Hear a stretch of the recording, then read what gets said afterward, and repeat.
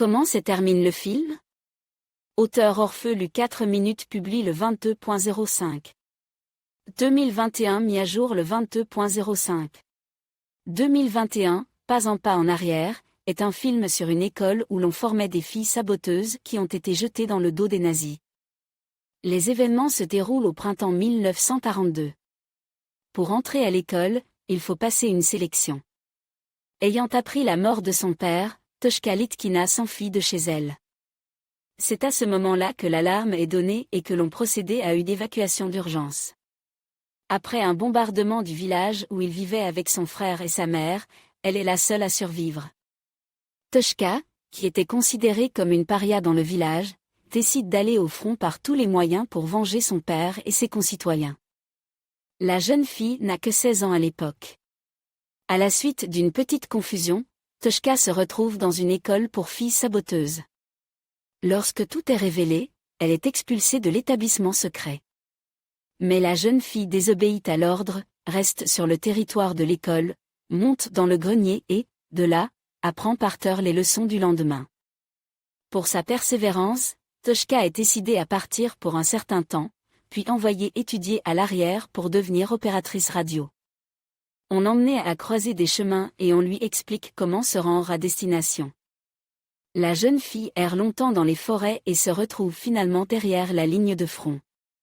À l'endroit où l'un des groupes de sabotage a été transféré la veille. L'un des saboteurs meurt sous ses yeux, elle parvient à dire à Toshka où est cachée la radio. Elle transmet l'information au Major Rai, en inventant un indicatif pour qu'il comprenne rapidement qu'il s'agit d'elle.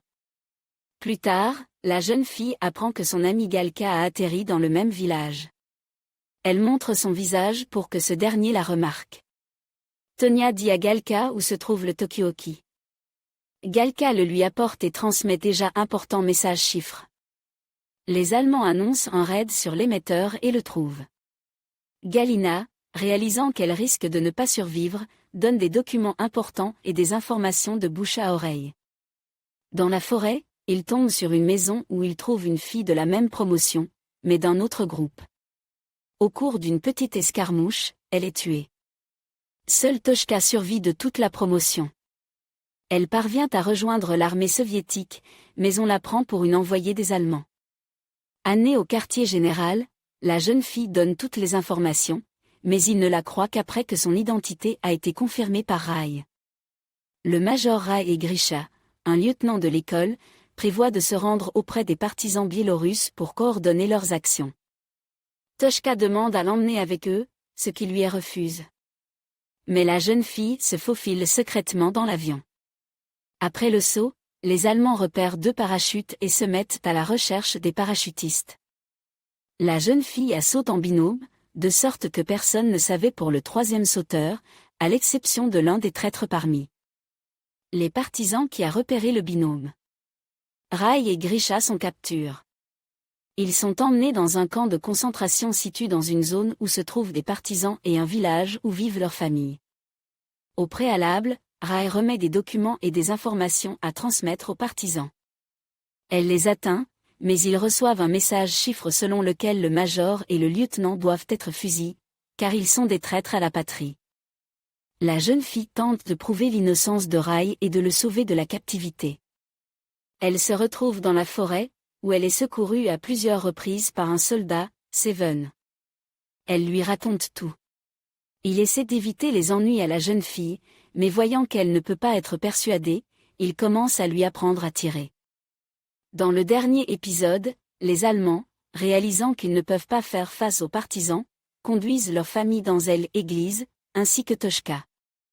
Sevand voit tout cela et le transmet au détachement de partisans. Sous le commandement de Grigori, les prisonniers des camps de concentration s'emparent des armes et des munitions.